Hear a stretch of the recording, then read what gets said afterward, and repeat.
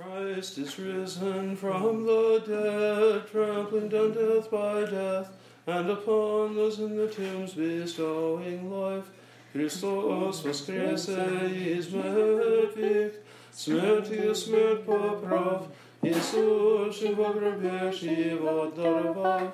Christ is risen from the dead, trampling down death by death, and upon those in the tombs bestowing life.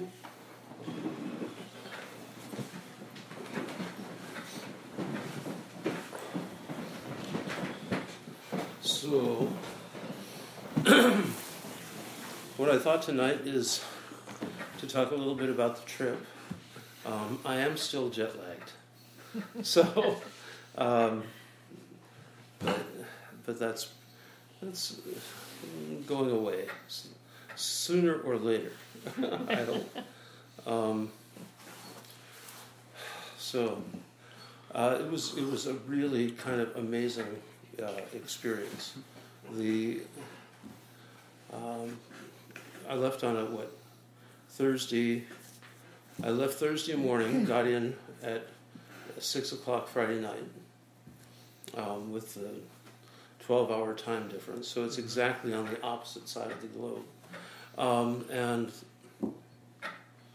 went to the place where I was staying, which is an Anglican theological college. And so I was basically staying with the in a room one of the seminarians had vacated for me. He went to stay with his family, and which was essentially up 5 floors of stairs. No elevator? No elevator. So I decided I can do that once a day, and that's what I did. I did it once a day because it was with my knee. It was really painful, and it's not like these are like little residential American kind of residential floors. Some of these rooms had 12 to 16 foot ceilings. Yeah. So it's like double. So the long flights of stairs, and an old building, and it didn't have central air, but it did have units like this in the room, so that was a lifesaver. So the floor I was on, it had about 8 or 10 rooms, and plus a common room, a dining room with a kitchen, and so I mean very Spartan, but very nice. The room shared a bathroom with the room next door, and so that was fine. And Hong Kong is just an amazing place. It's who's been there? Nobody? Okay. It's huge. It's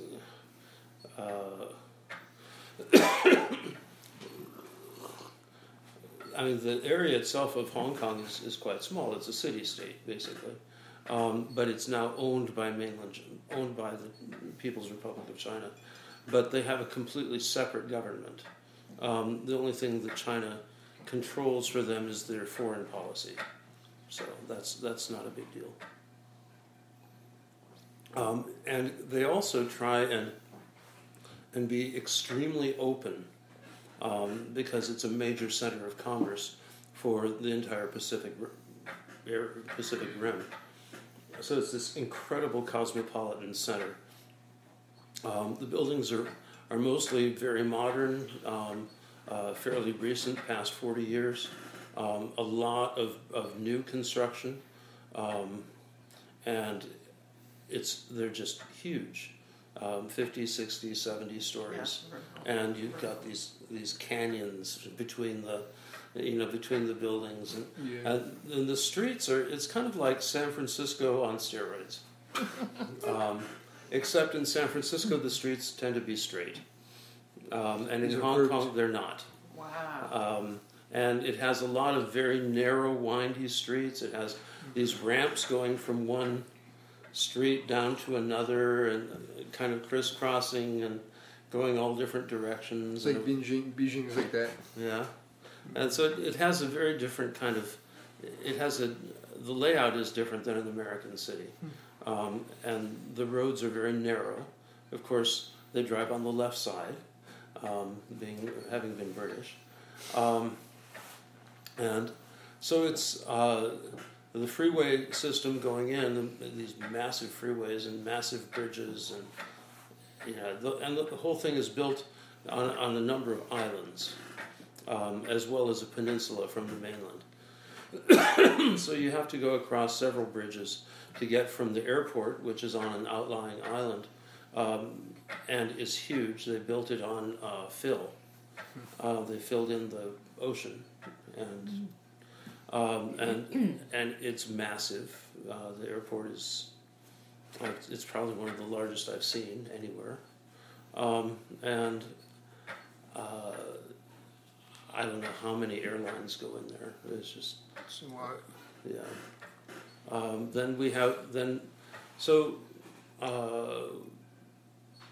ordered out, which is pretty normal. Found out that a lot of the apartments are so small that people can hardly cook in them. So there's some of the apartments are 100 square feet, including a bathroom and kitchen, which I guess is about the size of an RV. Isn't the RV smaller? Some are bigger. Yeah. But everything just very crammed, and if you can imagine 2 or 3 people living in a space that size for $200,000 or $300,000, so ordering out is a big deal. I checked the median income in Hong Kong is about $46,000. Median income in the States is about $48,000. So so far as it's got a Western level of economics, but there's vast amounts of money there, and the places, and a lot of these places have a lot of the apartment buildings and office buildings. They just kind of ooze money. So I was met at the airport by Father Denis Poznyaev, who has been there for 16 years as a priest of the Moscow Patriarchate, and has been working in Hong Kong. His English is very, very good, and I guess his Chinese is very good. But he would tend to speak to people in Chinese, but they would tend to reply in English. But they probably didn't believe this white guy could speak Chinese. And they speak Cantonese in Hong Kong. And Cantonese and Mandarin are 2 different languages, essentially. The writing system is identical. Written Chinese is written Chinese, but the words are all different, and the way of pronouncing them is totally different. And Mandarin has, I think, 4 tones to it, which would be like ma, ma, ma, and ma, all of which have different meanings. Oh, wow. But Cantonese has 16 different tones. Wow. And all of which have different meanings, and so it's very sing-song, whereas Mandarin is not.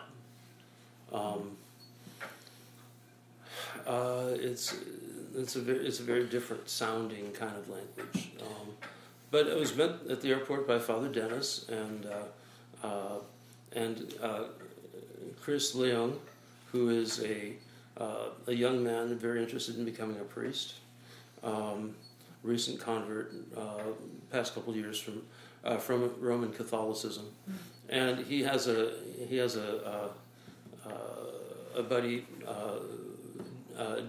Dmitry, who's part Russian and part Chinese, and so and he just spent time in Russia. He did his PhD there, and incredibly bright guy, and he converted to Orthodoxy.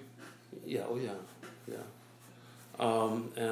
So there's this whole group of young men around Father Dennis, of young Chinese men who have found Orthodoxy and are very dedicated to it and are very, and want very much to do mission work. And it's a huge missionary field. So let's see.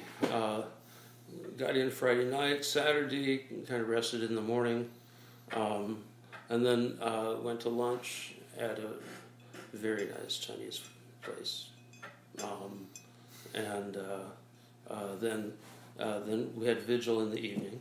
And the services at the little church, which is on the 12th floor of an apartment building, it takes a whole floor. But it only has two small elevators, good for about four white people, 6 Chinese, because the Chinese tend to be much smaller. And like this guy Dima, I think he probably weighed 100 pounds soaking wet.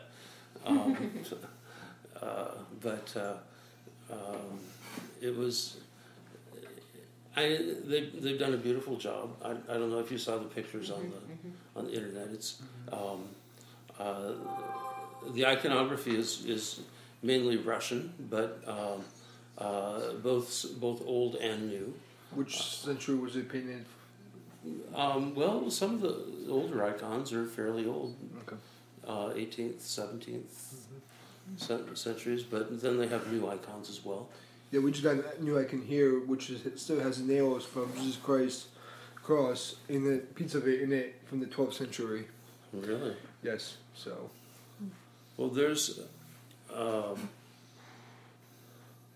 Let's see.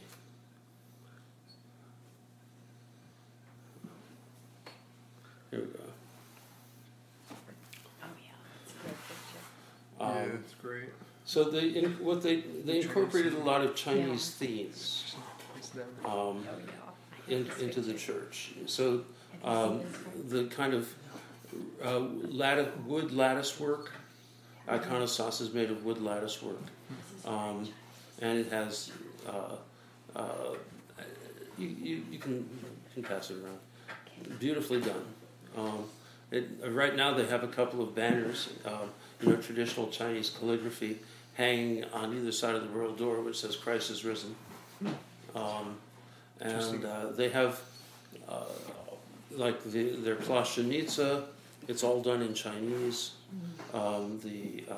They've got a couple of beautiful embroidered crosses. You can also see those on the iconostas, and all of the decoration is traditional Chinese style, and all the writing is in Chinese. So now Christianity's been in China for a long time. Initially, it went there in the 7th century, and there's been a presence ever since. There was a little bit of a hiatus around the 13th century. Christianity was persecuted bitterly, and then in the 15th century the Jesuits arrived, and so things went on. But Christianity went underground, and it's syncretized, and a lot of what Pure Land Buddhism is a kind of syncretized Christianity with Buddhism. It's very interesting. So the vigil, the services at the church, Matushka was the choir, and she sang beautifully. The services were about 1/3 English, 1/3 Slavonic, and 1/3 Chinese. And so these young guys, would all take turns reading, and then they did some choral reading, in Chinese, and then they even sang something, but singing is not their big strength. With Cantonese, it's a real problem because you have all the different tones, and so the language has a melody all of its own, and it has to be the right tones on the right words. Otherwise, you can be saying all sorts of things. And so evidently one of the things that's really funny for Chinese is they get these Protestant missionaries who try and fit what they think are Chinese-sounding words to, Jesus loves me and Amazing Grace, where, of course, the tune is primary. And so they're saying all sorts of things that probably, some of which are not acceptable language. So, do they have any servers serving? Oh yeah, they had a bunch of these guys were serving as well. There's Father Dennis, and there's another young Russian priest who is actually Rotor, and he'd been ordained in Australia. Nice young guy. And evidently there's a Chinese priest too, but he was ill, so I didn't meet him. But there were probably 50, 60 people at liturgy, which is not bad for Thomas Sunday, which is low Sunday. I served just as a priest, and they seldom get bishops through there, once in a while. But they don't have any other churches to bring ringers from, to help serve in the altar and all these trained, people. Yeah. So that's always that's always interesting to figure out what of a hierarchical liturgy you can do. And so basically it came down to, blessing with both hands, and that was about it. So there's only one Orthodox church in Hong Kong? Well, there's two. There's the Russian church, and then there's a Greek church. And the Greek church, the Metropolitan is also the lone clergyman, but he's not talking to the Russians these days. There's a big fight. Oh God. And there's been a fight going on for a long time, because the Ecumenical Patriarchate, even before all of this nonsense with Ukraine, the Ecumenical Patriarchate has been insisting that they alone have jurisdiction over barbarian lands, and that nobody else has any legitimate any right to be there. So, and the rest of the Orthodox Church says they just ignore them, basically.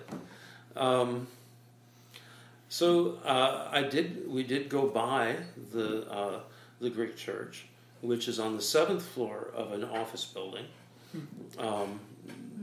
You could see through it had glass doors, a very similar kind of setup, and evidently a very similar kind of congregation. So how do people find out about these churches? Online? Oh yeah. Everything's online. Everything's Yes. online. Yeah. These Like days. here. Like here. Yeah, just like here.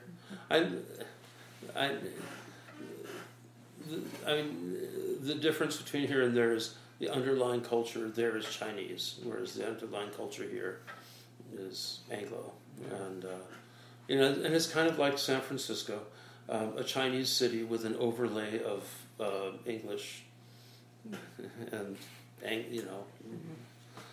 and Americans. What was the food like over there when you guys you ordered out? What was that like? The food is really good. I'm not sure all of what I ate. I'm not sure I want to know. But it was really good. Probably, I don't find it very exotic because I used to fix it myself. But like the jellyfish was very good. Rubber bands. And, what else? They had one place we went. The specialty was roast goose. Oh my! Chinese That's roast very goose. British. Yeah, it's very British. Yeah. Well, there was nothing British about this,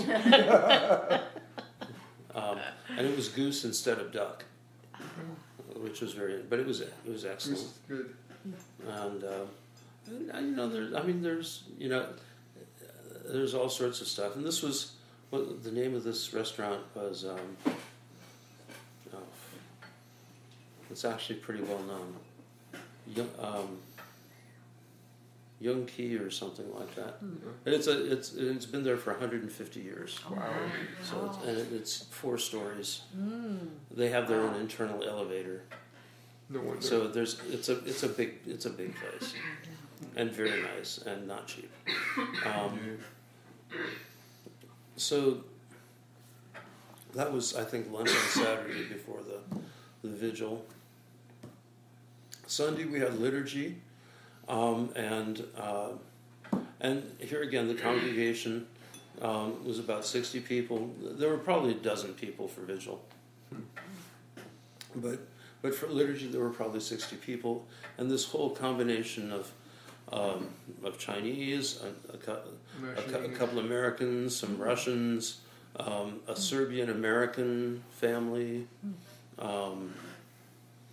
and mixed marriages between a Chinese and some variety of Anglo or European, and a couple of young Russian guys who were kind of adventurers, in their early 30s, and trying to figure out where to land, and going around and investigating interesting places. So that was kind of fun talking to them. They had me give some lectures, or a lecture, and so I spoke actually for about 3 or 4 hours on Saturday afternoon or Sunday afternoon. Of course, given work schedules, I mean that's the only time that people have, and being one of the only Orthodox choices in the entire colony, some of the people came from rather substantial distances by public transportation. Cars are very much discouraged. They're private cars. There's absolutely no parking, private parking. There are parking garages, but they're undoubtedly very expensive. And the cabs are cheap. 1 Hong Kong dollar is worth 13 cents American. Wow. But the prices are, that's just the exchange rate. So a cab ride anywhere within the city is $24 Hong Kong. Which translates to what, $2.50, $3. That's anywhere in the downtown area. And so I didn't figure out what their prices were. I think one of the most expensive rides. They don't charge per mileage, right? They just charge you per trip. I'm not sure. I'm not sure exactly how it works. Okay. But I think it's a combination. Yeah. I think within a certain area, it's a set. Yeah. The cabs, as it were, or the cars that came for the trip to and from the airport were new Teslas. Oh, wow. Those were very nice. Oh, my goodness. Very nice. That's interesting. Yeah, first class cars. Oh yeah. And not the cheap, not the little ones either. The nice. Yeah. And then it was. I could Is get. that a government-run thing? I don't think so. And they're pretty vehemently anti-socialist. Okay. In Hong Kong.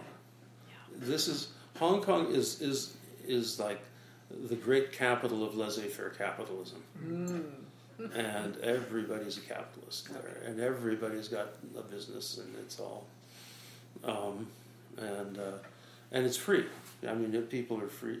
Evidently the tax structure is very amenable. I mean, they do have really good, they have outstanding public transportation, but you think about it, they don't have to deal with foreign policy.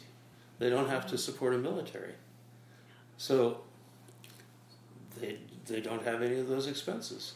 So the taxes can be lower. So it's quite a place. So that was Sunday. Monday we had quite quiet morning, trying to recover from the trip still. And then I gave 2 lectures in the Anglican Theological College, one to the students. There's only about 8 students there, and one to the faculty and was open to the public. And so that was very interesting, talking with them on spirituality. And as Anglicans, they're on the very conservative side of the spectrum. Most of the they're not Southern Hemisphere, but the global South in the Anglican Church is very conservative, almost Orthodox. Not entirely, but close. And so they resonated a lot with what I was talking about, and they're very Eucharistically oriented and very sacramentally oriented, and so it's good. The Anglican Church has about 40 or 50 parishes, the diocese, and then it has a bunch of missions and then social outreach centers. So it's large. It's not huge, but it's large. And then the Tuesday, we had a meeting with the Cardinal at the Roman Catholic Cathedral, and which is a beautiful, huge cathedral, not very far from where I was staying. And they have a couple of huge buildings right next door, which are entirely church offices, and offices for their social outreach and all that kind of stuff. So that was interesting. There are about 700,000 Catholics in Hong Kong out of a population of 7 million, so 10% roughly, and about 400,000 are Chinese, about 200,000 are Filipino, and then 100,000 of assorted other, and so the biggest sub community is. A foreign sub-community is the Filipinos, and so there's a lot of going back and forth. So and the Cardinal is a very kind old man. He had retired, and his successor died, and so the Vatican told him to take up the cross again and of being the Cardinal, the Archbishop for Hong Kong. So he did, and he's in his 80s. Oh, wow. And so that's tough. Yeah. But he knows the diocese inside out. He's been there forever. And so I didn't have a chance to hear their services, but everything is in Chinese. So.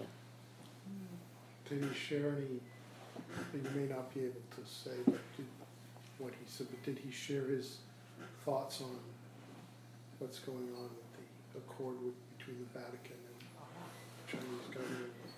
Well, the perspective over there is different than the American media perspective. Mm-hmm. One of the first questions I asked Father Dennis when I got there is, what is all this about persecution of Christians, and is there danger, and what about the Orthodox Church, and how does that work, and he said, well, in the first place, Hong Kong is a separate entity, and the Chinese don't mess with Hong Kong, and so Christianity, the Church, is absolutely free to operate. So there's no issues. A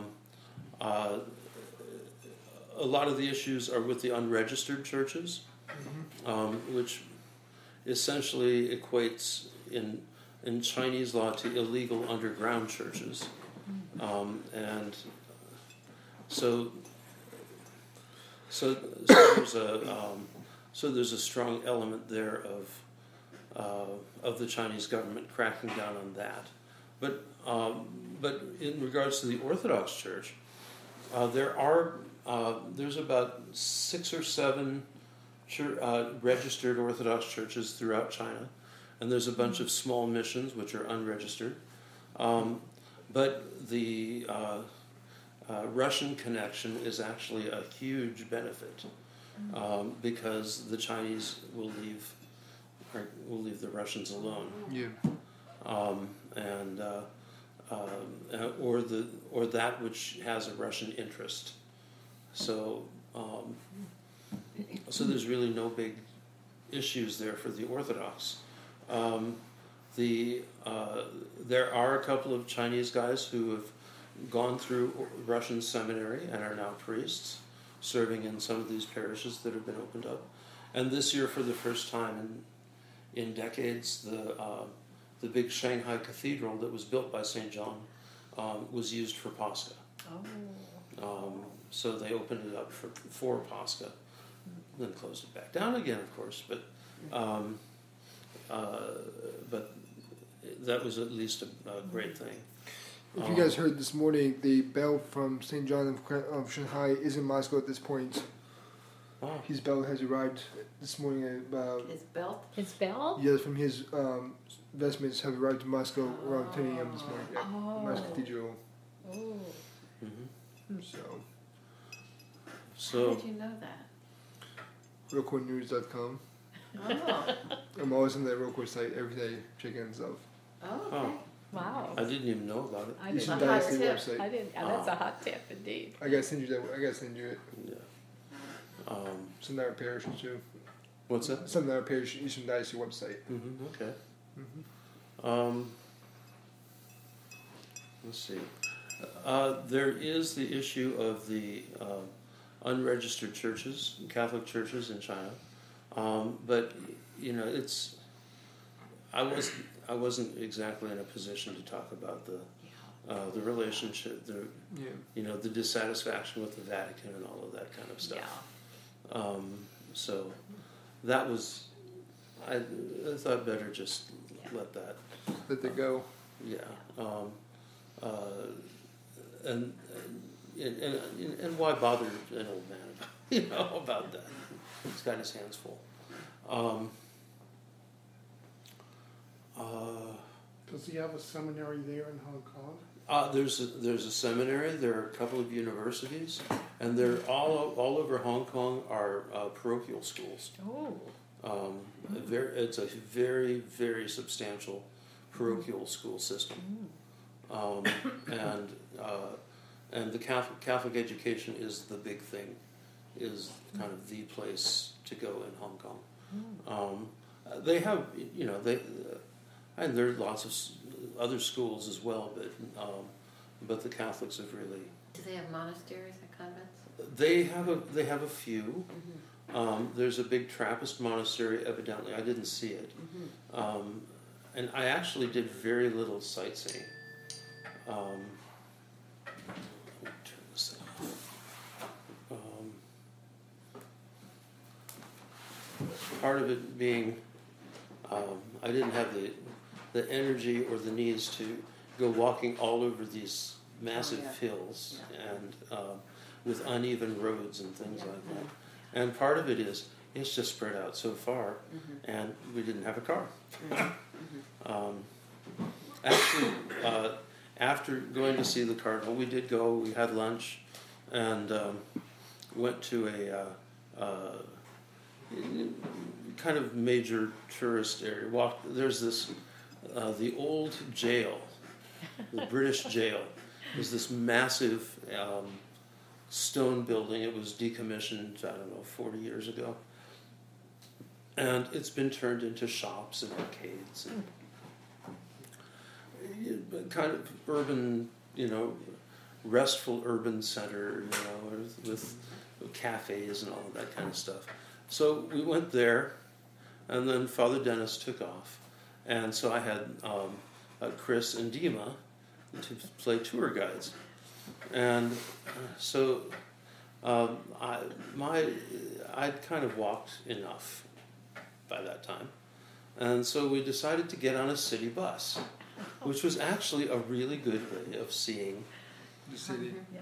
Yeah, and not just the tourist part, but kind of from the inside. And so we got on this bus and rode all around. I don't know. I don't even know how much. I mean, maybe $10. What, $1.30 a person, and we went Hong Kong.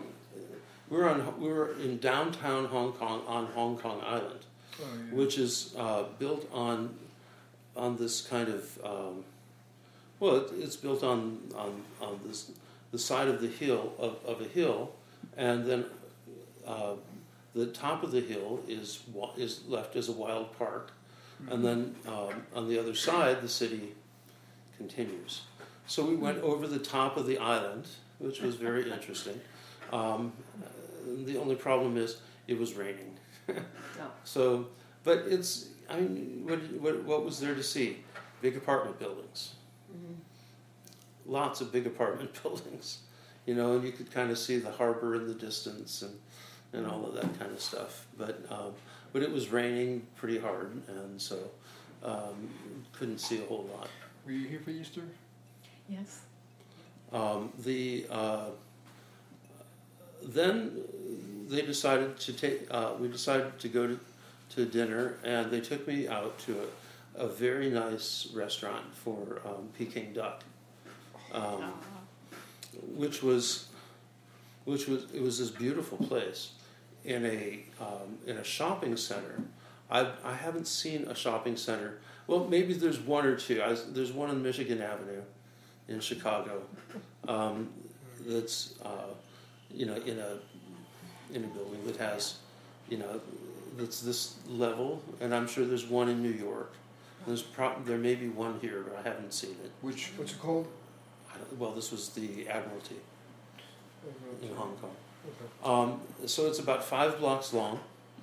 Oh my. It occupies the first several floors of buildings, in other words, along 5 blocks. The entire thing is white marble. It's several stories tall.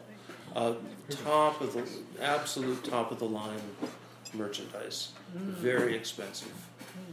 Very luxurious. And so we went to the restaurant in the mall. Well, it's not exactly a mall food court. And it wasn't exactly what you'd expect going to a place called Peking Garden. Right? Which would be a little dirty hole in the wall. Right? Yeah. This is a gorgeous restaurant. It was, and I actually felt like, there's a club in London that I've had the privilege of going to, of the aristocracy, and that's what it felt like. That was the level, Wow, the cultural level in there, and the food was just fantastic. Duck was excellent, but they had other stuff, and it was just beautifully done. Everything was beautifully done, and this, definitely Chinese, but with Western influence, and so.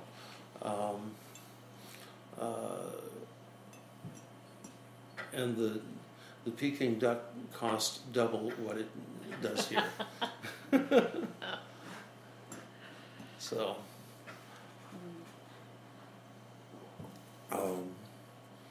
but but still for 3 people, I think the bill was. It was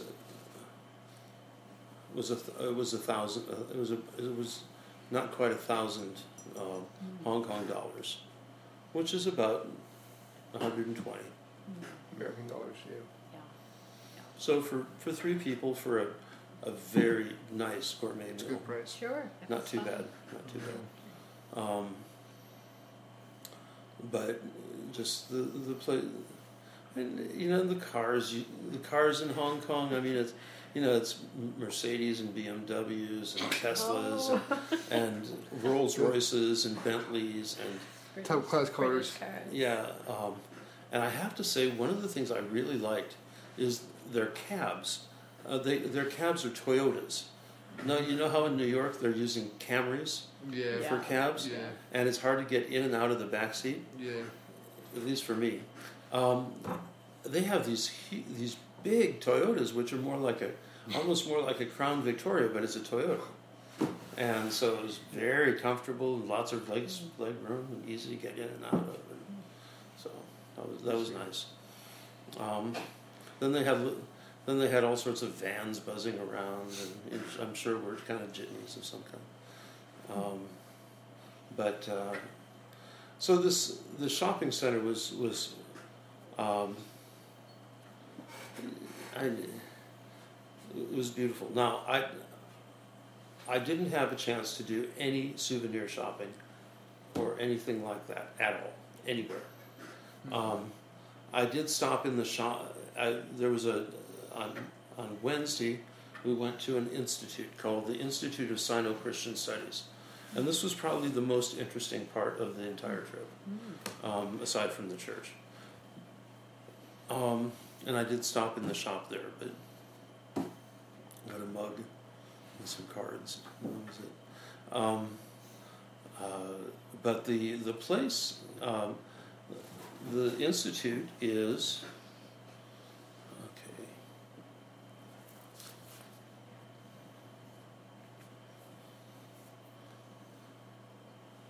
was built in the 30s.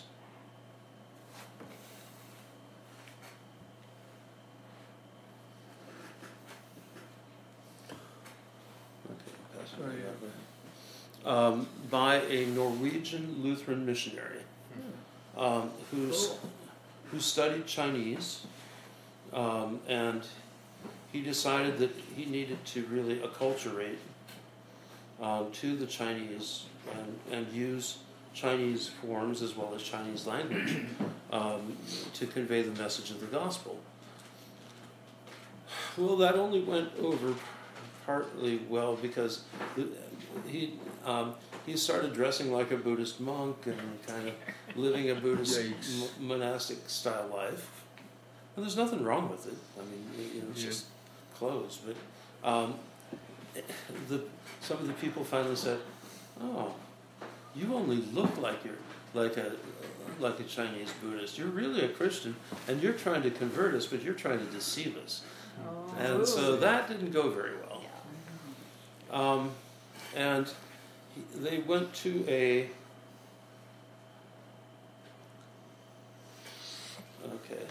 and this is the church there at the institute.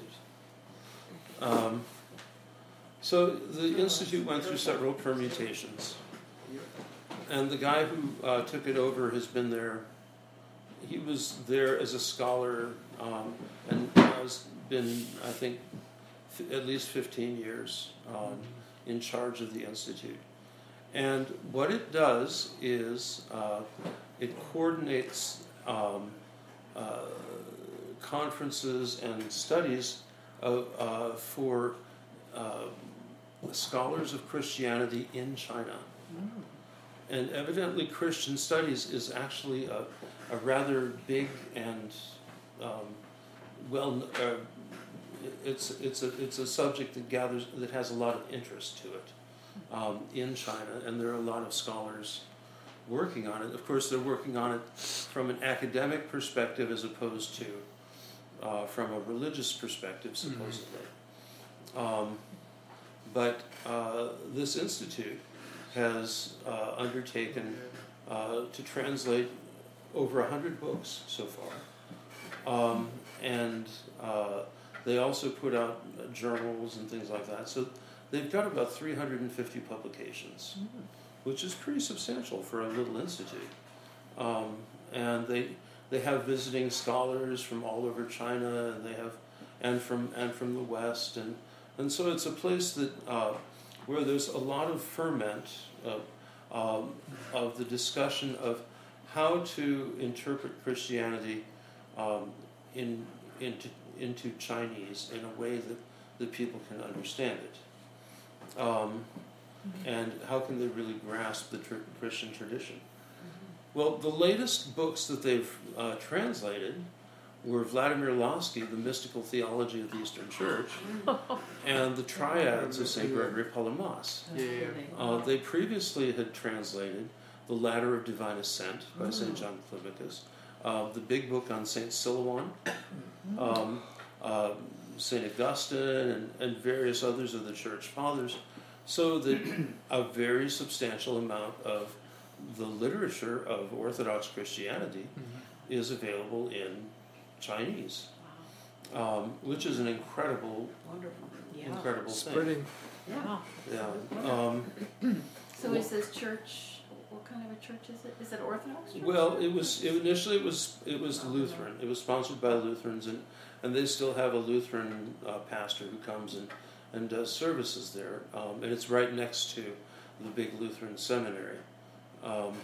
But the institute itself is not aligned with anything, or with a particular church.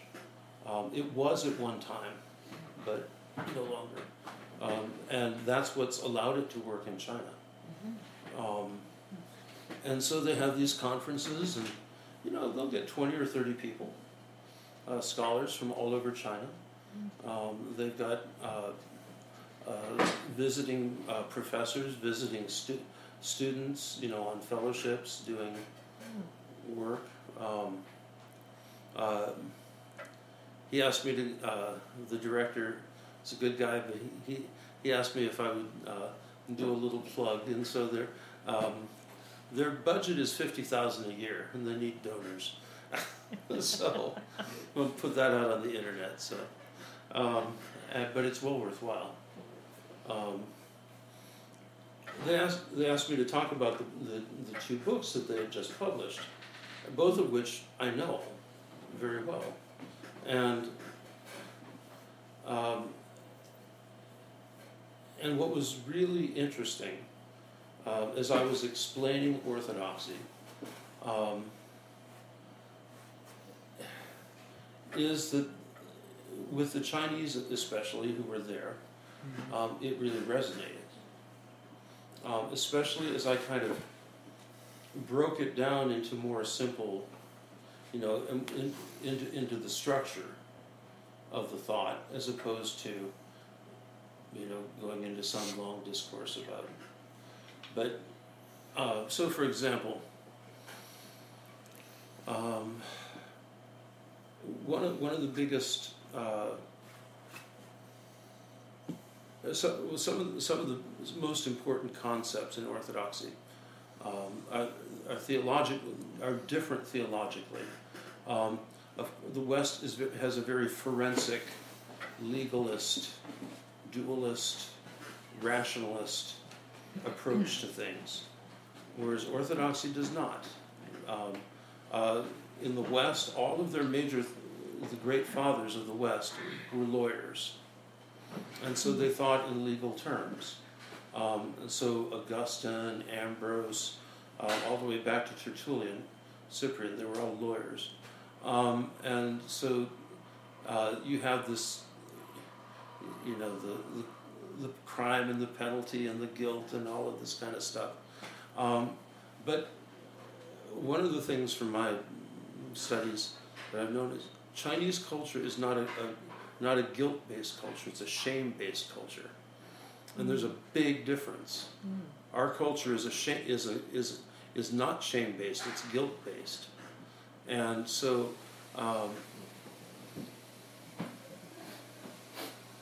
And that and other elements, for example, apophatic theology, the centrality of mystical experience and mystical vision, that's something that resonated very much with the Chinese, as opposed to a cold rationalist empirical arguments. Western theology is about static states. You're either damned or you're saved, and there's not much you can do about it. Whereas in the East, with Orthodox theology, everything is process. Now, in the West, of course, you can't, if you're a Calvinist especially, you can't lose your salvation. If you're saved, God has saved you, and that's that. But in our understanding, our relationship with God, our salvation, is a dynamic relationship, and we can say no, and we can lose our salvation.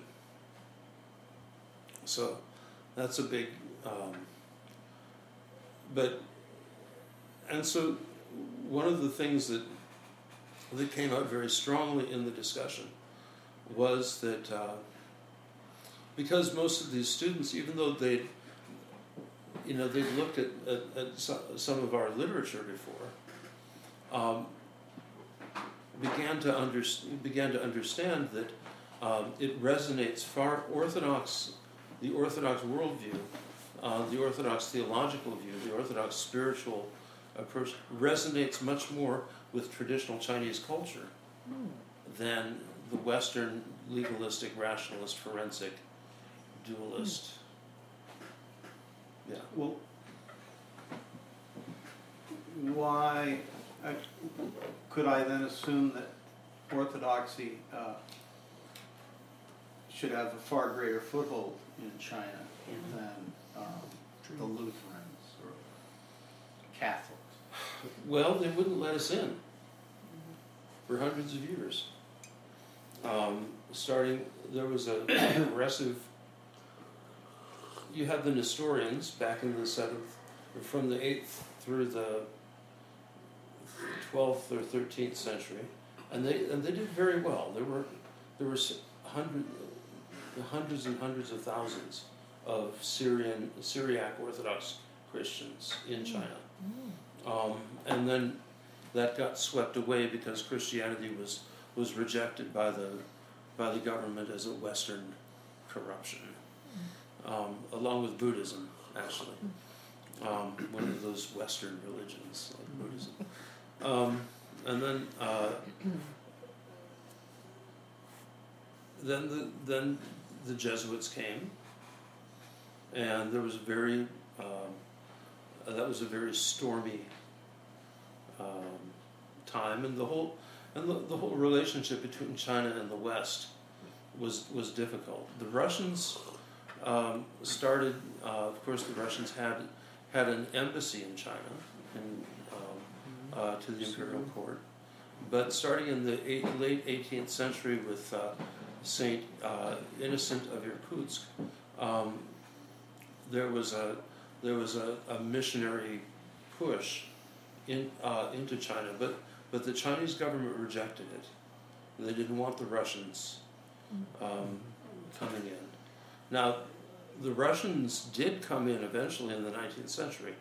The Chinese Empire was much weakened, and there were, and especially in the early 20th century, there were tens of thousands of Russian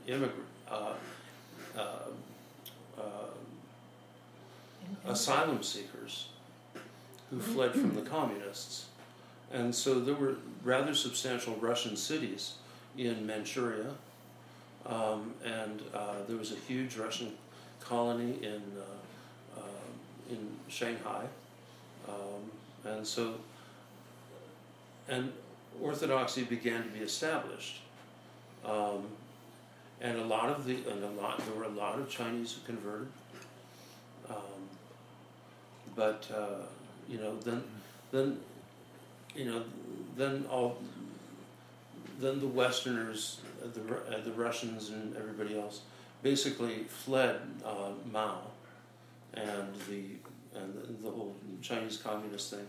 And then in the 1960s, and this is something I don't think we really understand very well in the West. The Cultural Revolution obliterated traditional Chinese culture and identity. So that very often the Chinese don't feel they have a culture, that it's all reduced just to secular materialism like ours, and that they have no history, they're totally disconnected, and traditional Chinese culture has survived in places like Taiwan, to a small extent in Hong Kong, but those are pretty tiny places compared to the 1.6 billion people in China. Yeah. Could you see a comparison there between what you just described and what's happening today in this country as far as the destruction of history and the identification as a Well, I mean, it's the same. It's the same inspiration. precursor to communism more and more? It's the same socialist communist, except in China they murdered hundreds and hundreds of thousands of people, and that effective. And they went through and they destroyed all the churches, the temples. They destroyed the monuments to the ancestors. It was basically an ancestor-based kind of tradition, and all of that. I mean, all the cultural symbols were wiped out, and the practices were forbidden, and and the tyranny lasted long enough that people didn't remember what to do. They also, along these same lines, it was very important because of the respect for ancestors, what you just said, and people had histories going back. Mm-hmm. And they made them, they made everyone take them, they burned them, they destroyed people, so they wouldn't even know their own family history. Yeah. And they would search, and if someone kept one, they could be killed or imprisoned. Mm-hmm. And that was Mao's legacy. Yeah, he killed 100 million people. Yeah. And like, for example, they say it's all, Mao, for example, they had to kill the dogs because the people didn't have food. Well, they didn't have food because of what he was doing. But really, his wife was the one who hated dogs. A lot of this was very personal, and they said his great, it's kind of a little bit off topic, but I want to get in my plug on that. Mao had a brilliant rural strategy to defeat the nationalist government.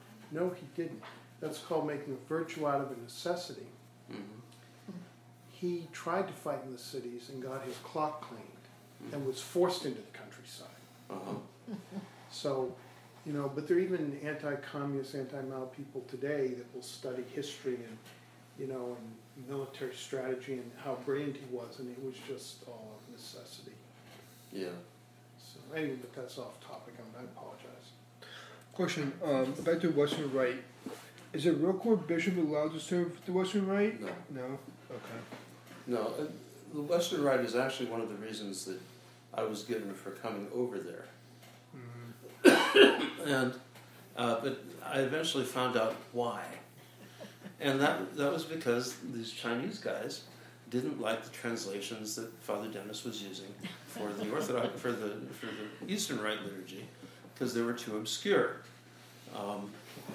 They were using classical Chinese translations. Okay. And people don't understand classical Chinese. It's like using Slavonic. It's pretty, but people don't understand it. And so they were thinking, well, at least if it was Western Rite, maybe they would be using a modern translation.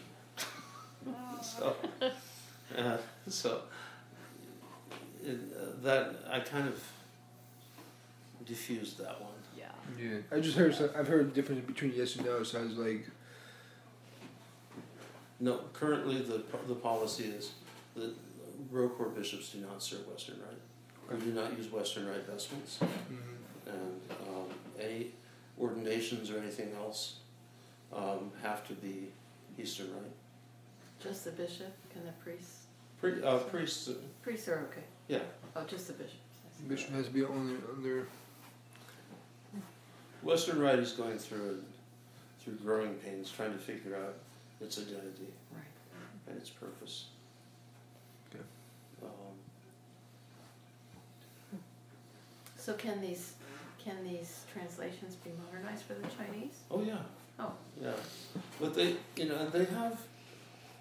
I think about a third of of the liturgical texts are translated. But it also goes to which translation of the Bible are you going to use. Because the translation of the Scriptures is going to determine the translation of the liturgical text, because most of the liturgical texts are quotations from the Scriptures. So, like English, Chinese, because of all these missionaries that have been going there for a couple hundred years, have all these different scriptural translations, and some of them are just Protestant theology in the guise of the Bible, and so those are worthless. And we have a bunch of those. The New Living Translation and all of that kind of stuff has not. That's not the Bible. It's not the Scriptures. And then you've got the problem with the Protestant translations is they're using the Masoretic text. Actually, what they're probably doing is using an English translation as the basis of their translation. And so it's a translation from a translation. In Russian, I saw that there was a translation into Russian based on the New International Version. And so it was basically the New International Version with all of its peculiarities in Russian. And it had no reference point to the tradition of Russian scriptural textual history. Being used in an Orthodox church? As it's been used in the Orthodox Church for the past 1,000 years. Oh, but this new international version wasn't being used in the Orthodox Oh, Church. no. I think the priest would probably get suspended. It should. It should. So we talked a bit about that. The Catholics, of course, have a huge presence there, and so they've got translations, good scholarly translations of the Scriptures. So it would all be a matter of keying that the liturgical translations to those particular translations of the Scriptures that are available. Then comes the question of music. Cantonese tones don't necessarily fit into Kievan or Byzantine chant at all. They need a Chinese form. Yeah, but one of the things that is interesting, evident, that they explained in Chinese culture, there's folk music, secular music, which has pretty little tunes and things like that go along with the language, and that are they're compositions in the language itself, and so the meaning of the words is accurate. Then you have the Protestants trying to force their hymn tunes, their translations of their hymns, with their music into Chinese, and that doesn't work at all. But the very use of the secular or folk music is offensive, because there's also Chinese sacred music, a very long tradition, a very highly, as you can imagine, Chinese culture is 10,000 years old. And a highly developed tradition of sacred music. But nobody has touched that. So it's going to be very interesting. They did sing something, the guys in the church, but I don't remember what it was. But it wasn't very melodic. It was basically intoned. So The gospel reading in the small church you guys were at, was it English or Slavonic? It was English and Slavonic. I don't think, if the Chinese priest had been there, he would have done it in Chinese.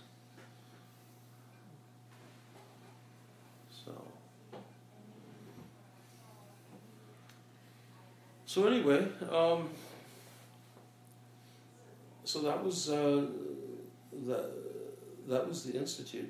Very remarkable place. What was the name of that institute? Institute for Sino-Christian Studies. Sino-Christian. ICSI. It's like theology. Or ISCI. It's like a theology school? No, it's kind of its own standalone institute. It's at a place called Paffhausen. And it's really neat because so much of Hong Kong is this like huge, this deep urban jungle. Well, this place is on an island. It's on the same island as Kowloon, on the far side. And when they bought the institute, they bought something like 40 acres or 100 acres, and so it's this, this jungle basically. Yeah, it's like except, and so there's the Lutheran Seminary, there's the institute there, and there's this one great big luxurious house, and the rent from that house is what pays most of the bills for the institute. Wow. That's a pretty good deal. Wow. Yeah.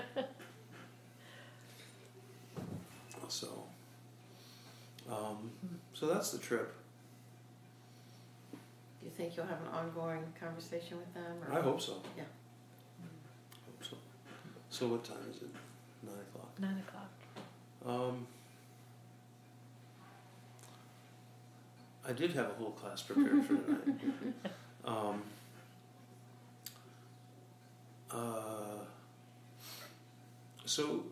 But in preparation for next week, where we are, Revelations 12:13.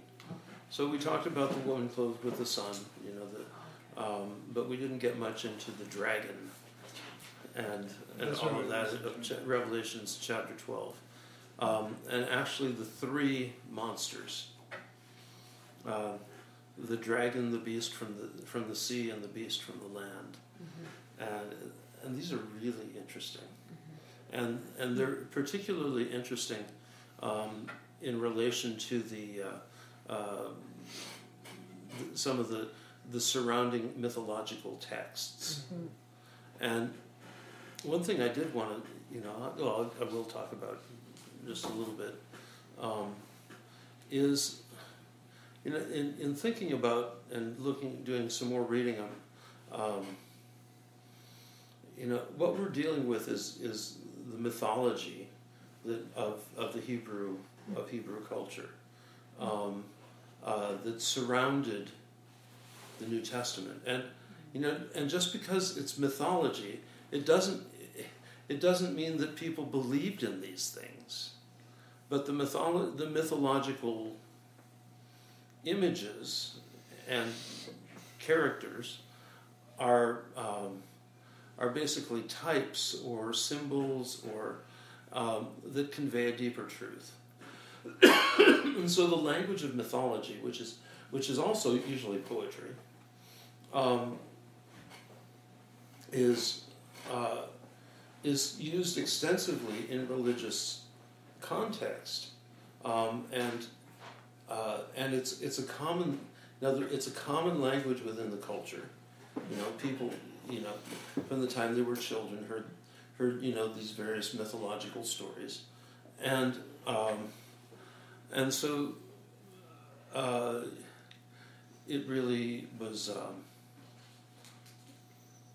And so this is what underlies the text of the canonical scriptures and pokes its head through.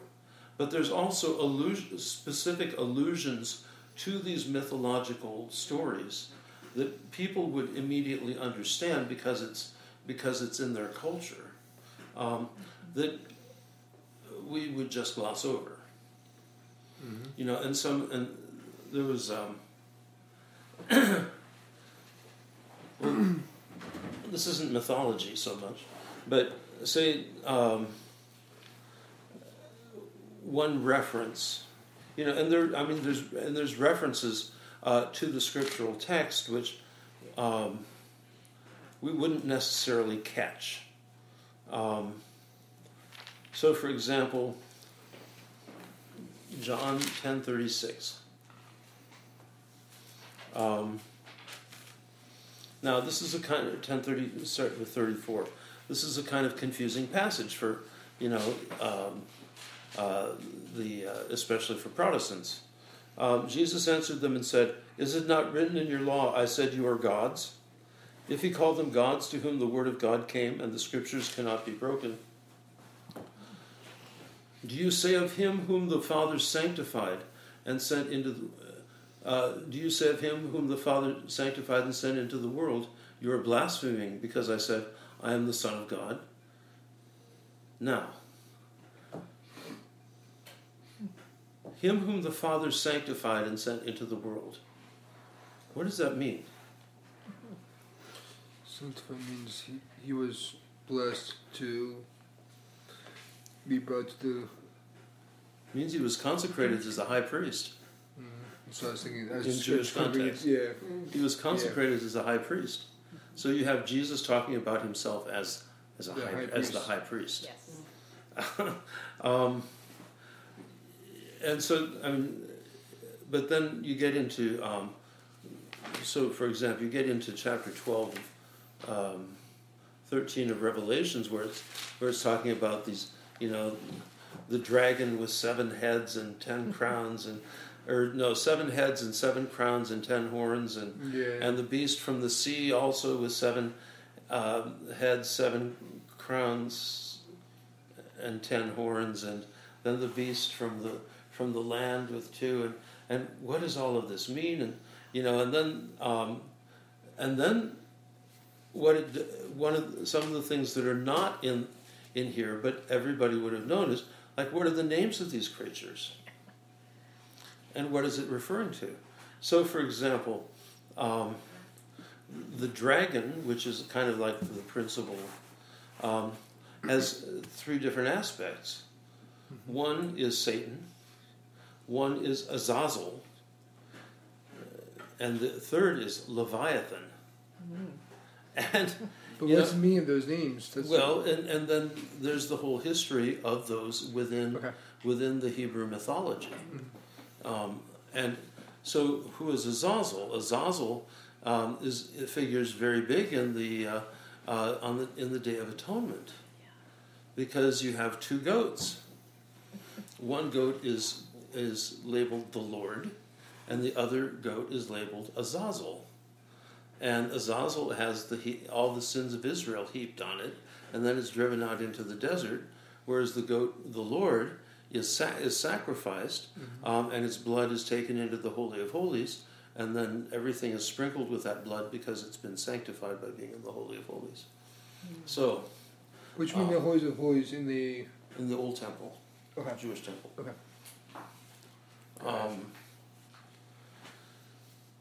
So anyway, or for example, this line in the chapter 12, verse 7, and war broke out in heaven. Michael and his angels fought against the dragon, and the dragon and his angels fought, but they did not prevail, nor was a place found for them in heaven any longer. So the great dragon was cast out, that serpent of old, called the devil and Satan, who deceives the whole world. He was cast to the earth, and his angels were cast out with him.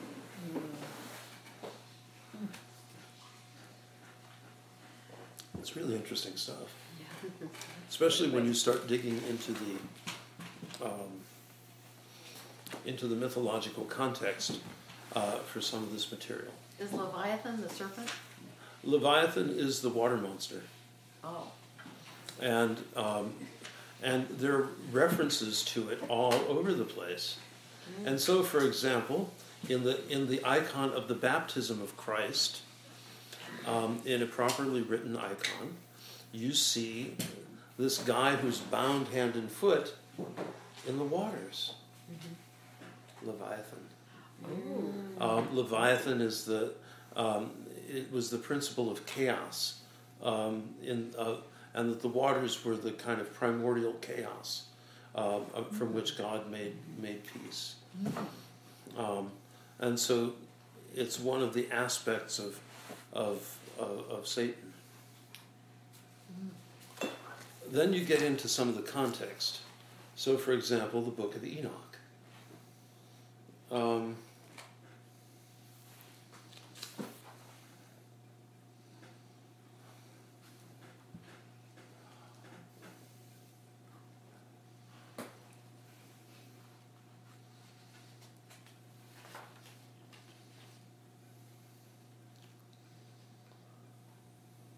So this is just a preview for next week because we'll go through all this. Enoch chapter 6. And it came to pass when the children of men had multiplied that in those days were born unto them beautiful and comely daughters. And the angels, the children of heaven, saw and lusted after them and said to one another, Come, let us choose us wives from among the children of men and beget us children. And Semjaza, who was their leader, also known as Azazel, said unto them, I fear ye will not indeed agree to do this deed, and I alone shall have to pay the penalty of a great sin. And they all answered him and said, Let us all swear an oath and all bind ourselves by mutual imprecations, not to abandon this plan, but to do this thing. Then swore they all together and bound themselves by mutual imprecations upon it. And they were in all 200, who descended in the days of Jared on the summit of Mount Hermon. And they call it Mount Hermon, because they had sworn, and bound themselves by mutual imprecations upon it. And the names of their leaders, and so forth.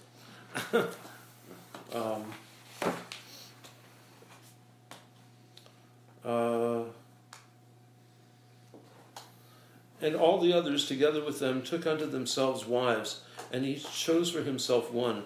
And they began to go in unto them, and defile themselves with them.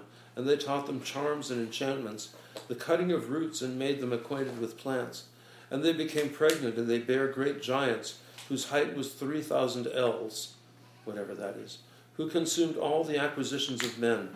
And when men could no longer sustain them, the giants turned against them and devoured mankind. And they began to sin against birds and beasts and reptiles and fish, and to devour one another's flesh, and drank the blood. And the earth laid accusation against the lawless one. And Azazel taught men to make swords and knives and shields and breastplates, and made known to them the metals of the earth and the art of working them, and bracelets and ornaments and the use of antinomy, and the beautifying of the eyelids and all kinds of costly stones, and all coloring tinctures. And there arose much godlessness, and they committed fornication, and they were led astray and became corrupt in all their ways. Semjaza taught enchantments and root cuttings, Armaros the resolving of enchantments, Barachiel taught astrology, Kokabel the constellations, Ezekiel the knowledge of the clouds, Arachiel the signs of the earth, Shamsiel the signs of the sun, and Sariel the course of the moon. And as men perished, they cried, and their cry went up to heaven. And then Michael, Uriel, Raphael, and Gabriel looked down from heaven, and saw much blood being shed upon the earth, and lawlessness being wrought upon earth. And they said to one another, The earth made without inhabitant cries the voice of their cryings up to the gates of heaven. And now to you, the holy ones of heaven, the souls of men make their suit, saying, Bring our cause before the Most High. And they said to the Lord of the ages, Lord of lords, God of gods, King of kings, and God of the ages, the throne of thy glory standeth unto all generations of the ages, and thy name holy and glorious and blessed unto all ages. Thou hast made all things, and power over all things hast thou, and all things are naked and open in thy sight. And thou seest all things, and nothing can hide itself from thee. Thou seest what Azazel has done, who hath taught all unrighteousness on earth, and revealed the eternal secrets that were preserved in heaven, which men were striving to learn. And Semjaza, to whom thou hast given authority to bear rule over his associates. And they have gone to the daughters of men upon the earth, and have slept with the women, have defiled themselves and revealed to them all kinds of sins. And the women have borne giants, and the whole earth has thereby been filled with blood and unrighteousness. Anyway, so and it goes on and on. But this is the backstory behind Genesis. It's really interesting. And then there's another. Thank you. There's another text, which in Greek is called. Oh, thank you.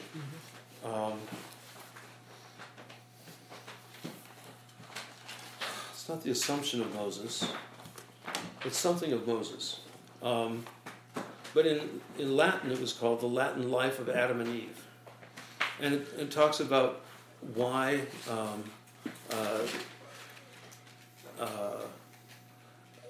Why Satan bore so much resentment against mankind.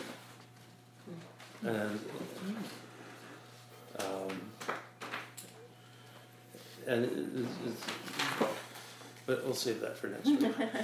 So, okay, any questions? Part of the book of Revelation is referring back to Genesis and related to the origins of. Oh, it integrates the whole Old Testament scriptures. So, it's the Book of Revelation is a brilliantly crafted piece of literature, if nothing, to say the least. So, what was the ultimate purpose? Is it to bring people that would study it and understand it to the present moment where viewing everything is showing how Christ is? Essentially, yeah. So. Tell the story, isn't it? Yeah, it tells the story, and it. But it's also.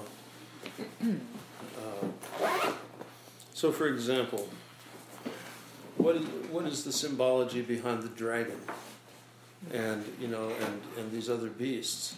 Well, one aspect of that symbology, if you go through and analyze the mythological, is that the beast is the symbol of the high priest, and the woman being chased into the wilderness is the wicked high priest chasing the Christians into the wilderness, which actually happened. There was a mob that came and beat up St. James, and so 5,000 people left Jerusalem, the Christian community. 5,000 people fled Jerusalem, and went into the wilderness where they took refuge. And then there's the story is, as the woman fled, Leviathan the snake let forth a torrent of water to wash them away, but the earth opened its mouth, and that isn't exactly a parallel text to the book of Numbers, where the sons of Korah were who were wicked priests were where the earth opened up and swallowed them. So I mean it's this fascinating integration of the whole of the scriptures. So it's Book of Revelation is not just a bunch of crazy visions. It's a very highly crafted document.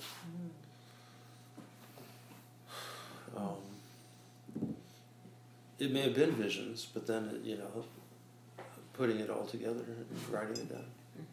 Who was it addressed to, really? Was it to the persecuted Christians of that era who were caught between the Romans and the Essentially. and the Jews who didn't want them?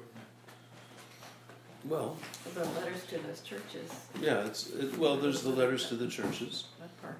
and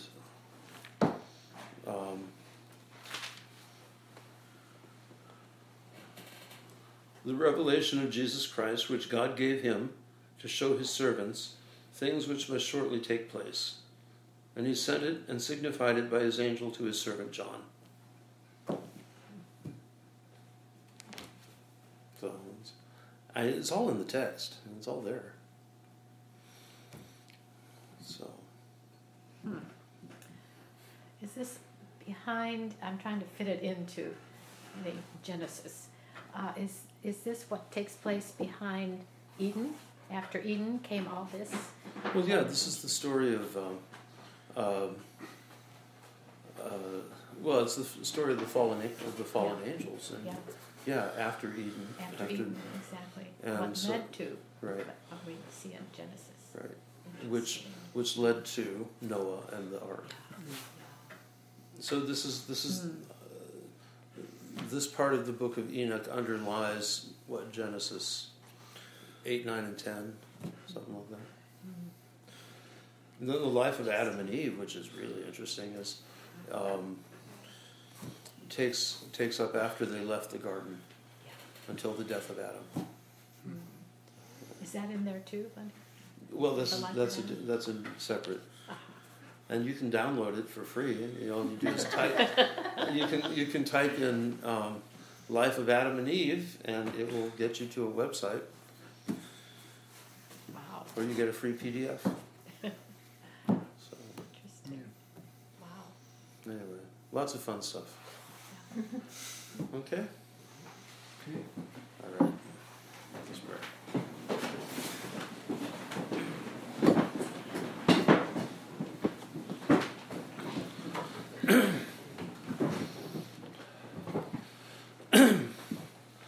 Shine, shine in New Jerusalem, the glory of the Lord is shown, and they exult and be glad, be radiant, O most pure Theotokos, in the resurrection of thy Son.